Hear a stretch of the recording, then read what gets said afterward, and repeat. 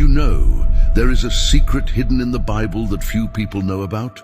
Today, we're going to reveal the shocking truth about the most mysterious group in Revelation, the 144,000 chosen ones.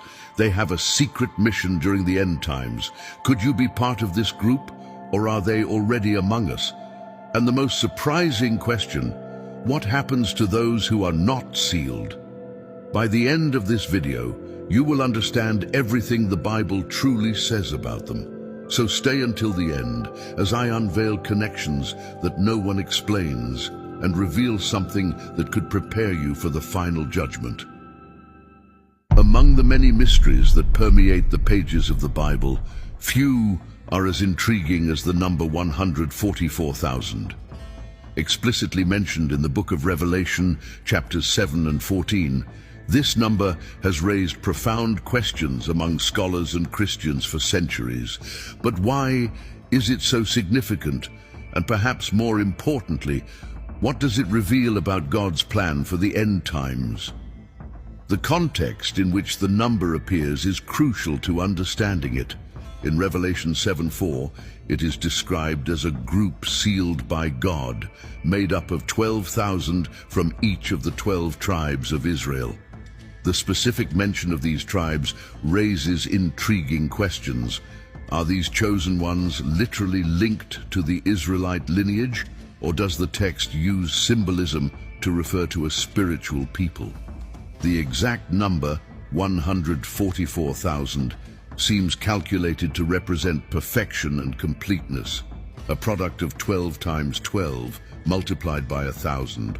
A number often symbolizing fullness in biblical narratives. Still, a major question remains. Are these 144,000 chosen ones a literal number of people, or do they represent something greater? Some interpreters view the number as symbolic, pointing to the universal scope of God's people, while others believe it refers to a specific, literal group marked for a unique purpose during the Great Tribulation. This debate continues to fuel curiosity and fervor among those seeking to understand Revelation's prophecies. One thing, however, is certain. The number 144,000 is not mentioned by chance. It carries the weight of divine revelation, a piece of the biblical mystery waiting to be unraveled in the light of the rest of Scripture.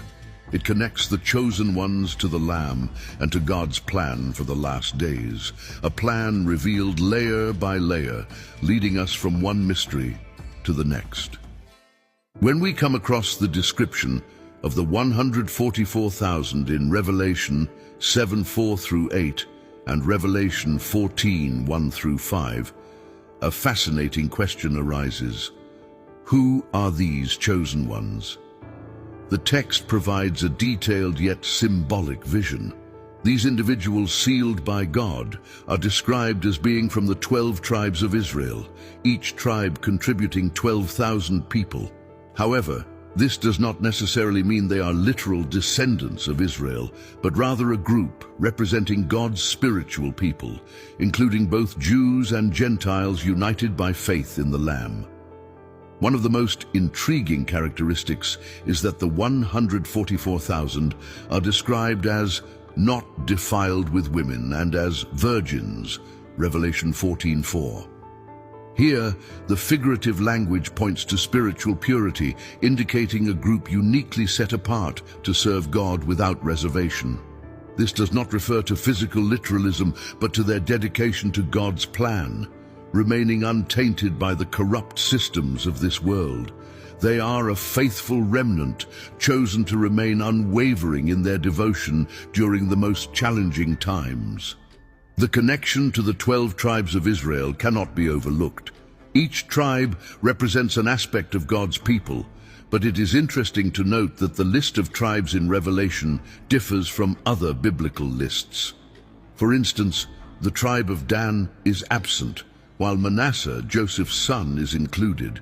This difference may have a theological purpose, symbolizing God's selective care in organizing his people for the fulfillment of his work in the last days. But why are they described with such exclusivity? The 144,000 are presented as the first fruits for God and the Lamb, indicating that they play a special role in the divine plan. Revelation 14:4.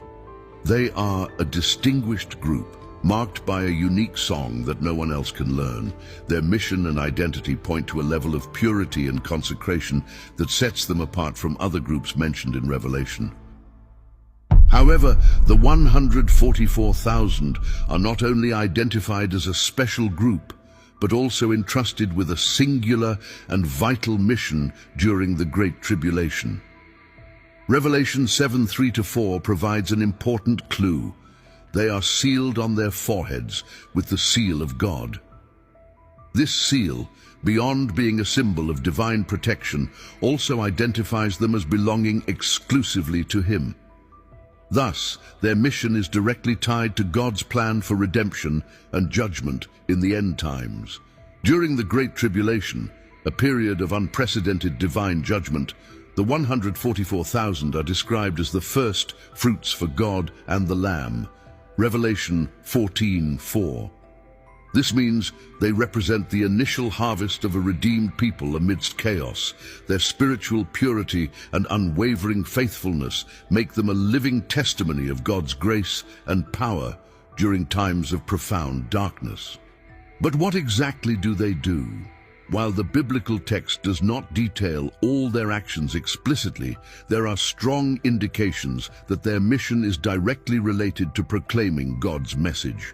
Just as the trumpets and bowls in Revelation announced judgments, the 144,000, marked with the divine seal, appear to be chosen witnesses to declare God's glory and justice to the world.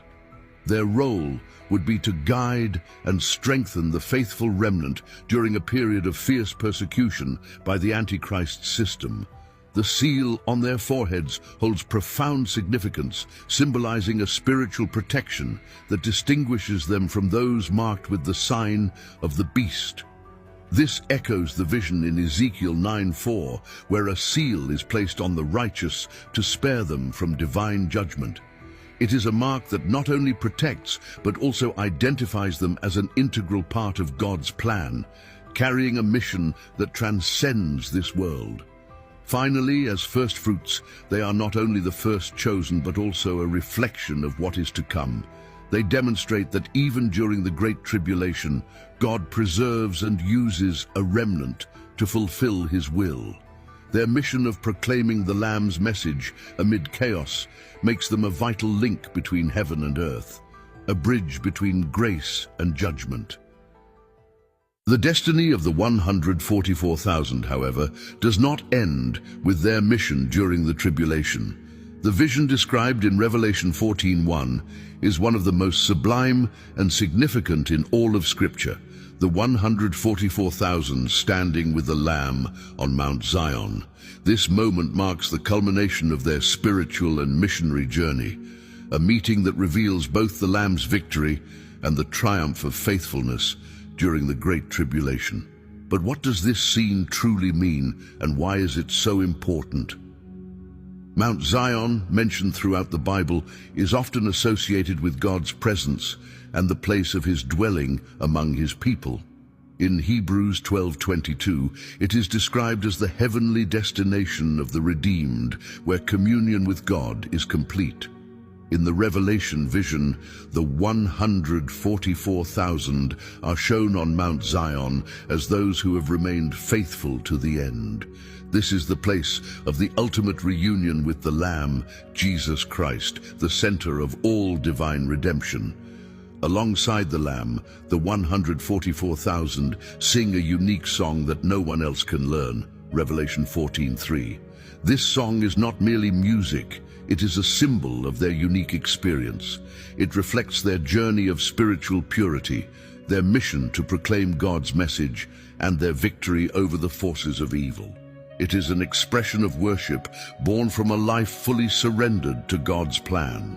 The meeting on Mount Zion also carries powerful symbolism of victory. During the Great Tribulation, the 144,000 faced intense opposition, but their divine seal ensured protection and purpose. Now, Standing with the Lamb, they find themselves in the place of highest honor. This moment signifies the fulfillment of God's plan, where those who were faithful received their eternal reward. However, this scene is not just about celebration. It is also a milestone in the unfolding events of Revelation. The 144,000 and their unique song highlight the central role of the Lamb in the culmination of God's plan. Everything revolves around him, his promises, his sacrifice, and his ultimate victory over evil. The 144,000 described in Revelation are not isolated within the scriptures. On the contrary, they are part of a web of connections that spans the Bible, revealing God's ongoing purpose to protect and guide his people. To fully understand the role of this chosen group, it is essential to explore passages that relate to their identity and mission. The vision in Ezekiel 9:4 is one of the clearest links to the 144,000. In this chapter, God commands a man with a writing kit to mark the foreheads of those who mourn and lament over the abominations committed in Jerusalem. This mark spares them from the judgment that is about to come upon the city. Just as in Ezekiel, the 144,000 are sealed on their foreheads, ensuring their protection against the divine judgments that strike the earth. This parallel highlights the continuity of God's plan to set apart a faithful remnant during times of crisis. Another significant connection is found in Exodus 12, where the blood of the Lamb is placed on the doorposts to protect the Israelite families from the destroying angel during the final plague in Egypt. Just as the seal protects the 144,000 during the Great Tribulation, the Lamb's blood symbolizes divine protection for those who belong to God. This connection reinforces the role of the Lamb, Jesus Christ, as the center of salvation and eternal security. The concept of a faithful remnant also echoes in Isaiah 10:20-22 and Romans 11:5. In both passages, we see that even in the face of severe judgments, God always preserves a group that remains loyal to him. This remnant, represented by the 144,000, is a testimony to God's commitment to fulfilling his promises and preserving his people for his glory. Finally, the unique song of the 144,000 mentioned in Revelation 14:3 can be compared to the Song of Moses in Exodus 15:1-18, where the Israelites celebrate their deliverance at the Red Sea. Both songs are responses to divine intervention in impossible situations, highlighting God's faithfulness and triumph over evil. These biblical connections not only deepen our understanding of the 144,000, but also point to God's overarching purpose of redeeming and protecting his people throughout history.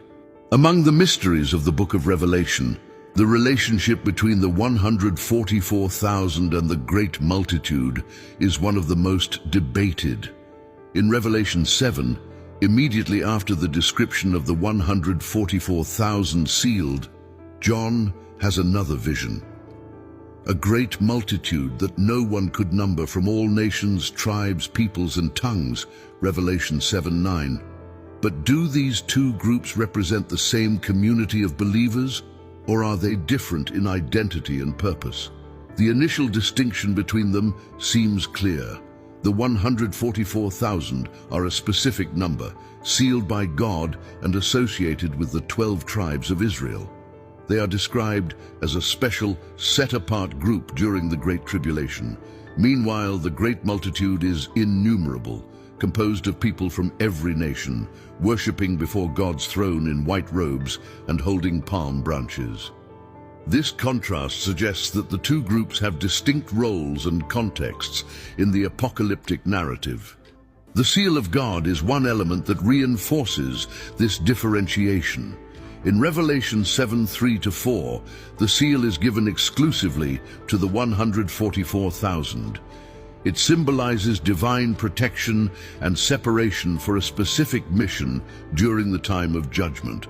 The great multitude, on the other hand, is not described as sealed, but as those who came out of the great tribulation and washed their robes in the blood of the Lamb. Revelation 7:14. This points to their redemption through Christ's sacrifice and their role in eternal worship. Another important point is the context of the 12 tribes of Israel.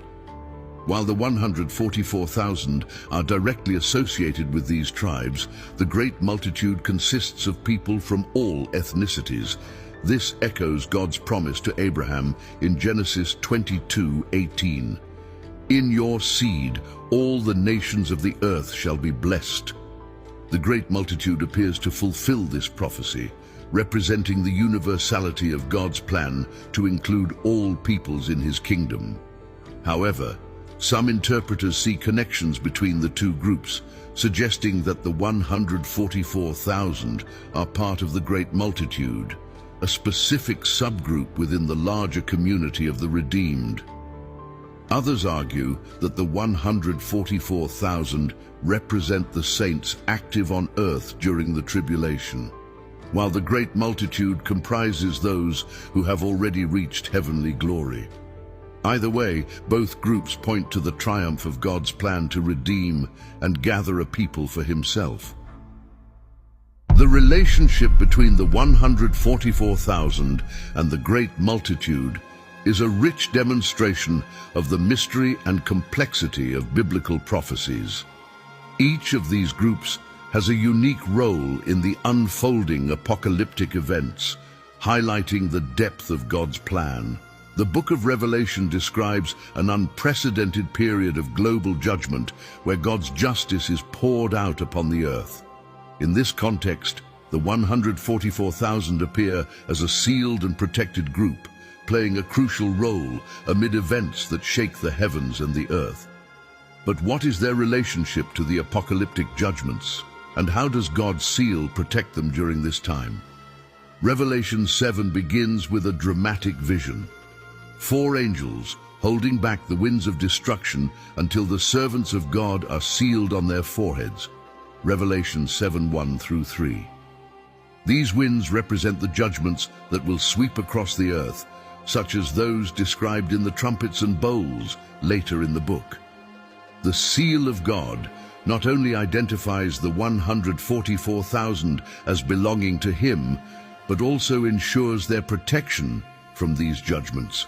Just as the blood of the Lamb on the doorposts protected the Israelites from the 10th plague in Egypt, Exodus 12, the seal acts as a sign of spiritual and physical safety amid the chaos. This protection also echoes the vision in Ezekiel 9:4-6, where the righteous receive a mark that spares them from divine judgment. In both Ezekiel and Revelation, the seal symbolizes separation and consecration, distinguishing God's chosen ones from the rest of the world. This reinforces the message that even in the darkest tribulation, God does not abandon his faithful people. The 144,000 also serve an important role as witnesses during the judgment. Their seal protects them from the destructive winds so they can fulfill their mission of proclaiming God's truth.